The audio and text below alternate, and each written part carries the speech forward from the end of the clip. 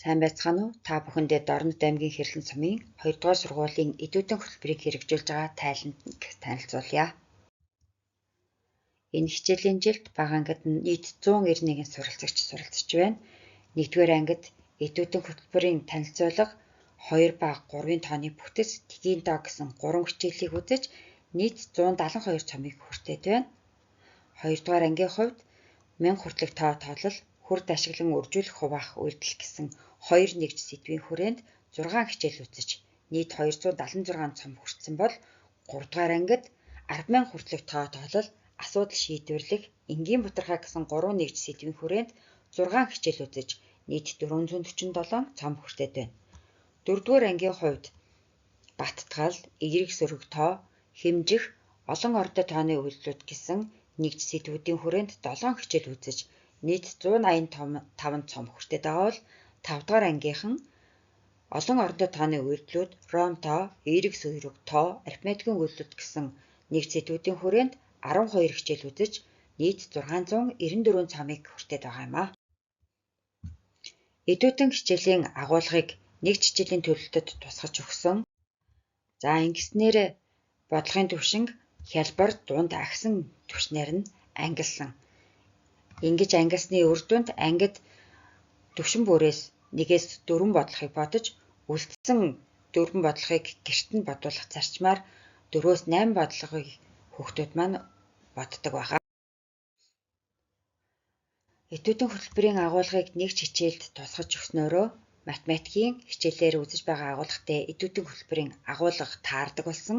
Математикийн хичээлээр үзсэн агуулгатай адилхан даалгаврыг сонгож нээдэг тул хүүхдүүд ангид үзсэн хичээлээ баттган давтдаг. Даалгавруудыг хялбар, дунд, агсан түвшингээр ангилж гэрт хялбар, дунд түвшний даалгаврыг төлхөө өгдөг. Агсан түвшний даалгаврыг багшийн дэмжлэгтэйгээр ангид бодох нь илүү үр дүнтэй байдаг. Математикийн хичээлээр үзсэн агуулгаа давтах боломж бүрдсэн учраас хоцрогдол багассан. Суралцагчид болон эцэгчүүд гэрийн даалгавар хийхэд сэдвэн тодорхой, хялбар болсон зэрэг үр дүнгууд гарсан. Платформын аналитикийг ашигласан байдал. Платформын аналитикийг ашигласнаар суралцагч бүрийг заавал цом агуулгыг зорьдог, цомгүй байгаа суралцагчдад дэмжлэг үзүүлж учирсан бэрхшээлийг тодруулан хамтдаа шийдвэрлэдэг байгаа. Бодлогоо бодоход нь тусалдаг. Гэхдээ захин платформд нэвтэрч чадахгүй байгаа суралцагчдыг сургуулийн орчинд дуудаж, таблет ашиглан даалгавраа хийх боломжийг бүрдүүлж өгдөг.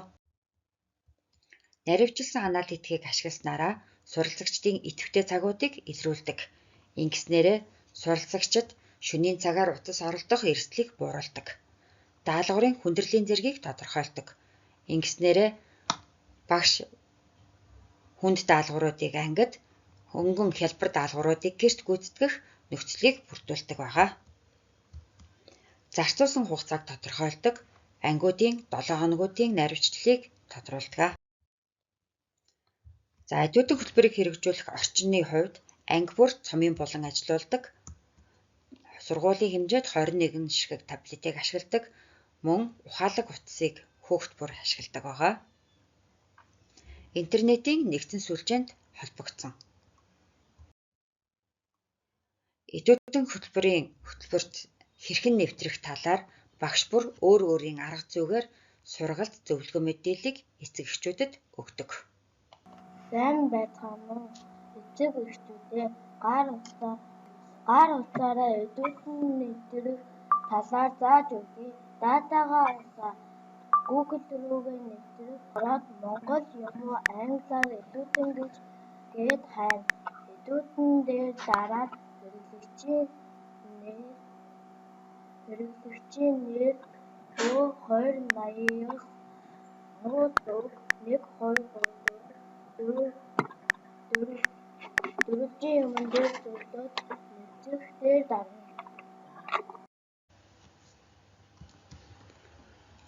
За энэхүү бага ангийн 6/191 суралцагчид эдүүдэн хөтөлбөрийг өнөөдрийн байдлаар амжилттай хэрэгжүүлж байна. Эдүүдэн хөтөлбөрийг хэрэгжүүлэхэд эцэг эхийн оролцоо дэмжлэг сайн байгаа. Эцэг эхчүүдэд эдүүдэн захин платформд нэвтрэх аналитикийн хэсгийг хяндаг тул хүүхдээр ямар хугацаанд даалгаврыг хэрхэн гүйцэтгүүлэх нь зохистой талаар зөвлөгөө, мэдээллийг багш бүр өгдөг. Мөн багш нар эцэг эхчүүддээ эдүүтэн хичээлийг математикийн хичээлдээ хэрхэн уялдаж байгааг тайлбарлан таниулах зорилготой нээлттэй хичээлүүдийг зохион байгуулсан. Ангид үтсэн агуулгыг гэртээ давтах ёстой бөгөөд энэ нь хоёр өөр хичээл агуулга биш гэдгийг эцэг эхчүүд ойлгож эерэг хандлагатай болсон юм а. Мөн эцэг эхчүүдээр хэд хэдэн түвшний даалгавруудыг таблет болон утсан дээр нь ажилуулсан.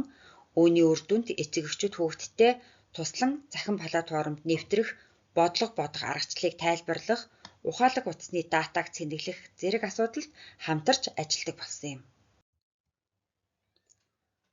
Энэ хичээлийн жилд хэрэгжүүлж байгаа хөтөлбөрийн онцлог сайн тал нь гэвэл эдүүтэн захин платформд ажиллах цагийг зааж өгсөн, ингэснээрээ утасны дэлгэц удаан харах эрсдлээс сэргийлж байгаа, шөнө орон цагаар утас оролдохоос мөн сэргийлж байна.